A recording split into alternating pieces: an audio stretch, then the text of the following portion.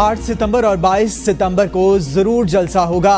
NOC मनसूख हुआ तो दमादम मस्त कलंदर होगा। अपोजिशन लीडर उमर अयूब का ऐलान, कहा पब्लिक अकाउंट्स कमेटी की चेयरमैनशिप अपोजिशन का हक है जिसके लिए हर सतह पर मुकाबला करेंगे। फॉर्म 45 और 47 की हुकूमत मुल्क में अमन व अमान कायम रखने में यकसर नाकाम हो चुकी।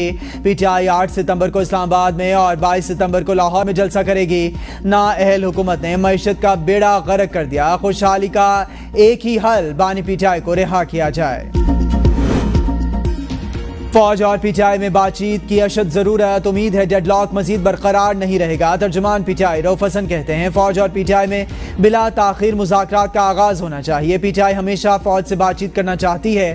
स्टैब्लिशमेंट से बातचीत के लिए हमारे दरवाजे खुले हैं। फौज और पीटीआई के दरमियान बातचीत रियासत के मफाद में है। फौज को सियासत में नहीं लाना चाहते। आगे बढ़ने का रास्ता फौज से बातचीत से ही निकलना है। ताकत हुकूमत के पास नहीं, फौज के पास है। फौज से मुज़ाकरात के लिए जो कर सकते थे वो किया है। पीटीआई के 9 मई पर मुआफी मांगने से पहले बात आगे नहीं बढ़ेगी। ख्वाजा आसिफ कहते हैं इजलास में नवाज शरीफ से हम सब ने कहा मुज़ाकरात के अलावा कोई हल नहीं। 9 मई का एहतसाब 200% होना चाहिए। मुज़ाकरात के लिए इस वक्त माहौल साजगार नहीं। शहबाज शरीफ ने 3 दफ़ा मुज़ाकरात की पेशकश की थी। पीटीआई और जेयूआई एक पेज पर आ सकती हैं तो हुकूमत के साथ भी नामुमकिन नहीं।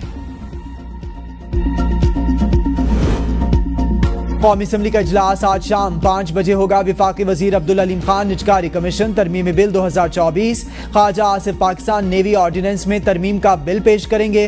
टेली कम्युनिकेशन एपलेट ट्रिब्यूनल के क़याम का बिल भी मंजूरी के लिए कौमी असम्बली में पेश किया जाएगा। वजीर खजाना मोहम्मद औरंगजेब आर्टिकल 171 के तहत मुख्तलिफ रिपोर्ट्स ऐवान में पेश करेंगे।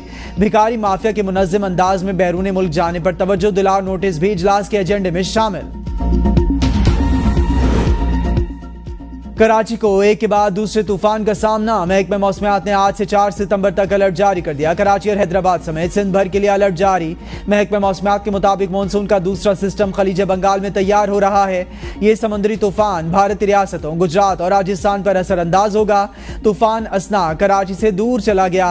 असना के जेर असर बलूचिस्तान के इलाकों लसबेला, ओमाड़ा, पसनी, गवादर और दीगर मकामात पर गरज चमक और तेज हवाओं के साथ बारिश का इम्कान। सिंध के मुख्तलिफ हिस्सों में आज भी बारिश की पेश गोई।